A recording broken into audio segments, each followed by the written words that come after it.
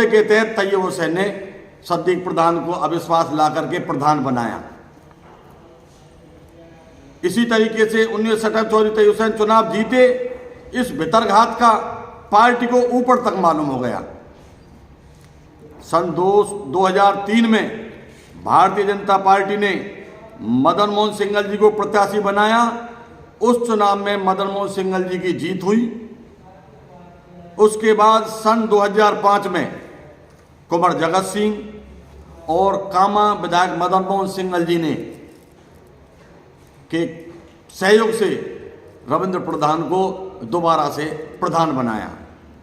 तो मैं इन सारी बातों को आम जनता, भाजपा पार्टी के वरिष्ठ लोगों को बताना चाहूँगा कि 2008 में भी भारतीय जनता पार्टी में कामा से नसरुल खां को प्रत्याशी बनाया। इसमें पूर्व मंत्री मदन मोहन सिंघल से कोई बात नहीं की गई। मदन मोहन सिंघल पूर्व राज्य मंत्री हैं, वो चुनाव में बैठने के लिए तैयार थे, लेकिन नसरुल खां जी को यही भाजपा से जो प्रधान रहे रविंद्र जैन जी ने उनको मदन मोहन सिंघल जी के पास जाने नहीं दिया। अगर वे उस चुनाव में बैठते तो भाई नसरुल खां भी भारतीय जनता पार्टी से चुनाव जीत के आते और भारतीय जनता पार्टी की वाई होती। वहां इन्होंने पार्टी के खिलाफ गद्दारी की। इसी तरीके से 2008 में भारतीय जनता पार्टी में कामा से नहीं, ये सन 2010 में हमारे बुजुर्ग और वरिष्ठ नेता पूर्व विधायक मोहम्मद जहूर खां जी भाजपा पंचायत समिति के प्रत्याशी प्रधान बने। लेकिन रविंद्र जैन जो भाजपा के प्रधान पूर्व रहे, उन्होंने हिंदुओं के पंचायत समिति सदस्यों को जलीस के घर पहुंचा दिया और एक बार फिर भाजपा को धोखा दिया। तो इसकी बहुत सारी कहानियां हैं, तो मैं आपको बताना चाहूंगा। इसी तरीके से सन 2013 में भाजपा ने कामा से कुंवर जगत सिंह को प्रत्याशी बनाया।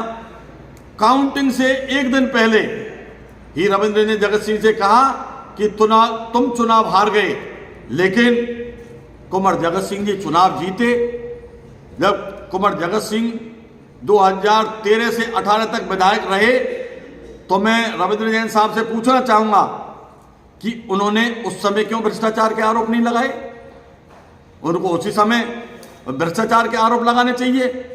इसी तरीका से 2021 में चुनाव में नहीं, इसी तरीके से जब मैं इन्होंने कहा कि भाई मेव समुदाय के लोगों को जगत सिंह जी ने नाराज किया और एससी के लोगों को नाराज किया, मैं इनसे पूछना चाहूंगा ये नाराज थे तो 73,000 वोट जवाहर सिंह बेड़े जो भारतीय जनता पार्टी के प्रत्याशी थे, उनकी वोट 73,000 कहां से आ गई?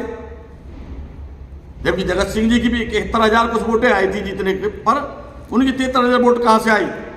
सभी मेव समुदाय के लोगों ने भी वोट दिया, एससी के लोगों ने भी वोट दिया और सभी वर्गों से उनको वोट मिले थे, तब जाके 73,000 वोट आए थे।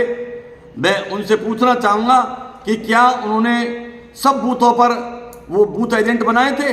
70 बूथ तो ऐसे थे जहां बूथ एजेंट ही नहीं थे। जुरेरा मंडल में जो उनका वहां कॉन्स्टिट्यूंसी भी मानो, उनका क्षेत्र भी मानो, जब उनके क्षेत्र में ही 70 बूथ एजेंट नहीं है तो चुनाव हारना तो लाजमी था। इसी तरीके से इन्होंने ये हमेशा हर चुनाव में गद्दारी करते आए। चाहे इनका एक ही मकसद रहता है कि चुनाव में टिकट तो किसी को भी मिले, वो जीते नहीं, चुनाव हारे और मेरी चोरनी चलती रहे। मैं उनको पूछना चाहूंगा, नगर पालिका में हमारे 15 पार्षद जीत के आए थे भाजपा के टिकट पर, 3 निर्दलीय थे, वो हमारे साथ थे। हम 18 पार्षद थे, फिर भी कांग्रेस का बोर्ड बना। इनकी अंदरूनी कांग्रेस के लोगों से ज्यादा से साठगांठ है। इसी तरीके से मरहूम चौधरी तैयब हुसैन से इनकी साठगांठ थी। इन्होंने हमेशा भारतीय जनता पार्टी को धोखा दिया है, भारतीय जनता पार्टी को नुकसान पहुंचाया है। और मैं प्रदेश अध्यक्ष माननीय सतीश पूनिया जी से, प्रदेश संगठन मंत्री महामंत्री श्री चंद्रशेखर जी से, अनुशासन समिति भाजपा राजस्थान जिला प्रमुख के खिलाफ सार्वजनिक मंच पर जो बोलना अनुशासनहीनता है। भाजपा के शीर्ष नेतृत्व से निवेदन करता हूं कि जो पूर्व प्रधान रविंद्र जैन जी हैं, इनके खिलाफ कार्रवाई की जाए और अनुशासनहीनता की कार्रवाई करने की कृपा करें, क्योंकि इस व्यक्ति ने हमेशा भारतीय जनता पार्टी को धोखा दिया है। ये भारतीय जनता पार्टी को अपनी बापोती समझता है और कार्यकर्ताओं को तो इस तरीके से यूज करता है। हर चुनाव में कहीं न कहीं इनकी वो दिखती है। और ज़्यादा न कहते हुए मैं यहाँ सभी हमारे साथी बैठे हुए हैं, पत्रकार बंधु हैं, मैं ज़्यादा कहते हुए वाणी को विराम देना चाहूँगा। धन्यवाद। जय हिंद।